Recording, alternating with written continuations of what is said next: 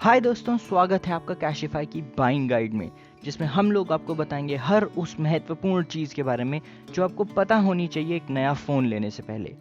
तो इन सभी टिप्स को मिस ना करने के लिए सब्सक्राइब करना और नोटिफिकेशन आइकन पर क्लिक करना ना भूलें।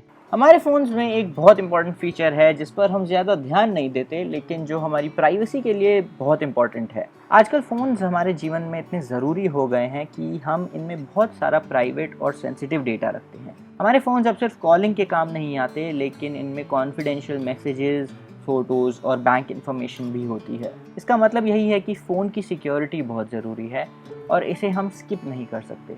आजकल फ़ोन्स में कई सारे ऑप्शंस आते हैं सिक्योरिटी के लिए, जैसे कि पैटर्न, पिन, पासवर्ड, फिंगरप्रिंट और फेस अनलॉक। लेकिन इन सब में सबसे सेफ कौन सा है? और क्या फेस अनलॉक जैसे कन्वीनियंट फीचर्स हमारे फ़ोन को एक्चुअली अनसेफ बना देते हैं? इस वीडियो में हम डिस्कस करेंगे विभिन्न प्रकार के सिक्योरिटी ऑप्शंस और आपको बताएंगे कि इनमें से सबसे सेफ कौन सा है। So welcome to another video of Cashify's buying guide, और आइए शुरू करते हैं। तो सबसे पहले हम लोग बात करेंगे स्वाइप की। जब से टच फोन्स आए हैं, उनमें स्वाइप टू अनलॉक का फीचर हमेशा रहा है।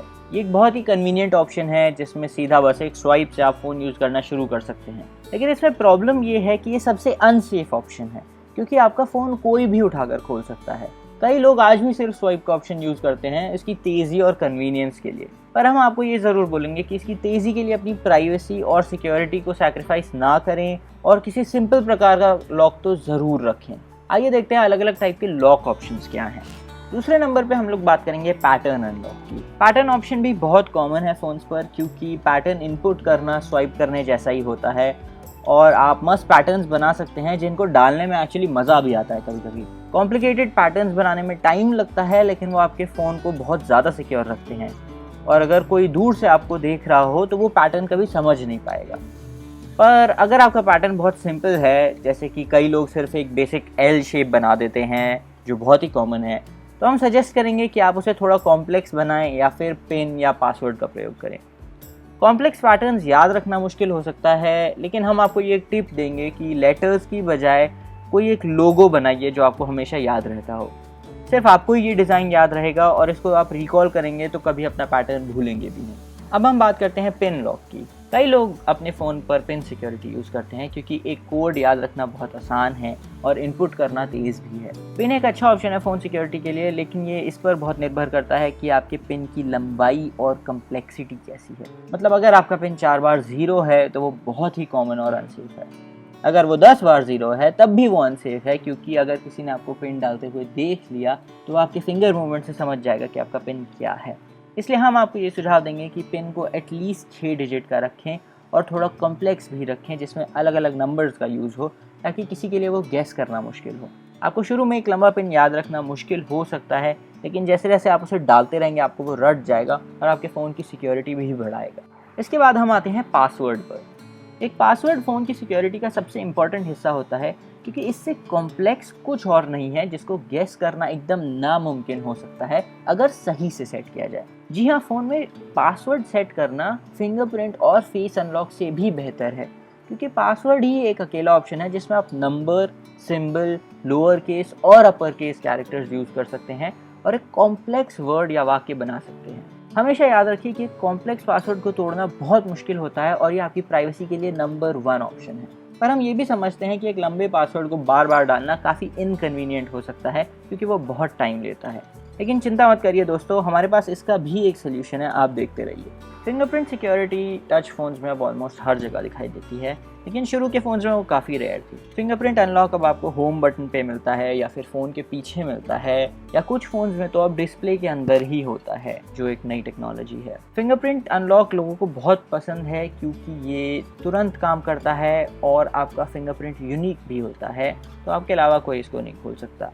फिंगरप्रिंट से आप पेमेंट्स भी कर सकते हैं अगर आप सैमसंग, एप्पल या गूगल पे यूज़ करते हैं, पर यही ऑप्शन थोड़ा फिंगरप्रिंट को अनसेफ भी बना देता है। यदि किसी ने किसी तरह आपका फिंगरप्रिंट एक्सेस कर लिया तो उसके पास सीधा आपके बैंक अकाउंट्स की भी एक्सेस हो सकती है, जो एक ऐसी चीज़ है जिसको आपको ध्यान में रखना चाहिए। अगर आपको फिंगरप्रिंट की कन्वीनियंस पसंद है लेकिन आप और प्रोटेक्शन चाहते हैं, तो हमेशा फिंगरप्रिंट के साथ पासवर्ड का कॉम्बिनेशन यूज़ करिए। इससे कोई फिंगरप्रिंट के ऑप्शन को स्किप करके पैटर्न या पिन गेस करना नहीं शुरू कर सकता। उसे एक पासवर्ड डालना पड़ेगा, जो जैसा कि हमने पहले से ही आपको बताया बहुत ही डिफ़िकल्ट चीज़ हो सकती है। अगर वो कॉम्प्लिकेटेड है तो। फ़ोन सिक्योरिटी में लेटेस्ट ऑप्शन है फेशियल रिकग्निशन का, जो एप्पल ने हाल ही में फेस आईडी से शुरू किया था। फ़ोन को अनलॉक करने का सबसे तेज़ तरीका भी यही है, क्योंकि आपको सिर्फ फ़ोन उठाकर अपने सामने लाना होता है और फ़ोन इंस्टेंटली खुल जाता है। फेस अनलॉक में आपके फ़ोन का फ्रंट कैमरा आपके फेस पर इंफ्रारेड लाइट्स डालता है और इसके स्ट्रक्चर को कैप्चर कर लेता है। फिर अगली बार यही चीज़ फ़ोन यूज़ करता है वेरीफाई करने के लिए, जब आप फ़ोन को अनलॉक करना चाहते हैं। ये फीचर अब बजट फ़ोन्स में भी मिलता है, तो आपको बहुत पैसे खर्च नहीं करने पड़ेंगे इसको ट्राई करने के लिए। फेस अनलॉक कन्वीनियंट तो है, लेकिन कई एक्सपर्ट्स का मानना है कि एक्चुअली आपकी प्राइवेसी कम कर देता है, क्योंकि आपको नहीं पता आपके फेस को कहाँ और कैसे स्टोर किया जा रहा है। आप नहीं चाहेंगे कि किसी विदेशी कंपनी के पास आपके चेहरे की पूरी प्रोफाइल अपने सर्वर में कहीं रखी हो। फेस अनलॉक में एक खामी ये भी है कि कभी कभी इसे फेक किया जा सकता है, जैसे कि लो लाइट में, या फिर आपके जैसे दिखने वाले किसी व्यक्ति से, या फिर कभी कभी सिर्फ आपकी फ़ोटो से ही। फेस अनलॉक टेक्नोलॉजी लगातार इम्प्रूव हो रही है और इसे फूल करना बहुत रेयर केसेस में सक्सेसफुल होता है, लेकिन अब भी ये रिस्क है। तो इस ऑप्शन को यूज़ करने से पहले इस चीज़ का ज़रूर ध्यान रखें। इन सभी ऑप्शंस को तो हमने डिस्कस कर लिया, लेकिन इन सब में अब भी सबसे सेफ पासवर्ड ही है, क्योंकि उसमें ही आप एक एकदम complicated set of characters use कर सकते हैं, जिसमें आप सिंबल्स, नंबर्स, अपर केस और लोअर केस कैरेक्टर्स डाल सकते हैं। लेकिन फ़ोन को बार बार पासवर्ड डाल के खोलना काफ़ी इरिटेटिंग हो सकता है, इसलिए एक और फीचर है जो आपको यूज़ करना चाहिए, जिसका नाम है स्मार्ट लॉक। एंड्रॉयड फ़ोन्स में एक फ़ीचर है और ये काफ़ी पॉपुलर भी है। इसका बेसिक मकसद ये है कि आपके फ़ोन को अनलॉक्ड रखेगा कुछ स्पेशल टाइम्स में। फॉर एग्जांपल, जब फ़ोन आपकी पॉकेट में हो, या फिर आपके घर के वाईफाई से कनेक्टेड हो, आपकी कार के ब्लूटूथ से कनेक्टेड हो, और ऐसे ही कुछ। इस फीचर को आप यूज़ करके अपने फ़ोन पर एक कॉम्प्लिकेटेड पासवर्ड भी रख सकते हैं, जो आपको बार बार नहीं डालना पड़ेगा। यदि आप ये फीचर आईफोन में चाहते हैं तो आपको थोड़ी कठिनाई होगी, क्योंकि एप्पल ये फीचर नहीं देता है, लेकिन हमारे पास इसका भी एक तोड़ है जो डिस्क्रिप्शन में आपको मिलेगा। इसके अलावा हम ये भी रेकमेंड करेंगे कि आप अपने फ़ोन में गूगल का फाइंड माई डिवाइस ऐप ज़रूर डालें, ताकि यदि आपका फ़ोन कभी खो जाए या चोरी हो जाए तो आप उसे किसी कंप्यूटर से पता लगा पाएँ कि वो कहाँ है, और अगर वो नहीं मिलता है तो आप उसको रिमोटली डेटा भी इरेज कर सकते हैं या उसे लॉक कर सकते हैं, ताकि कोई और उस फ़ोन में ना घुस पाए। इससे कोई दूसरा इंसान आपके फ़ोन खोल नहीं पाएगा और उसको यूज़ नहीं कर पाएगा। तो दोस्तों, ये थी हमारी वीडियो सिक्योरिटी ऑप्शंस की।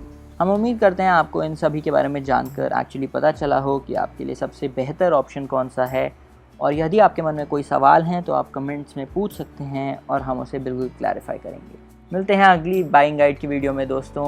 याद रखिए, सब्सक्राइब करें और बेल आइकन ज़रूर दबाएं, ताकि आपको अगली वीडियो का नोटिफिकेशन मिल जाए। तब तक के लिए take care and stay safe.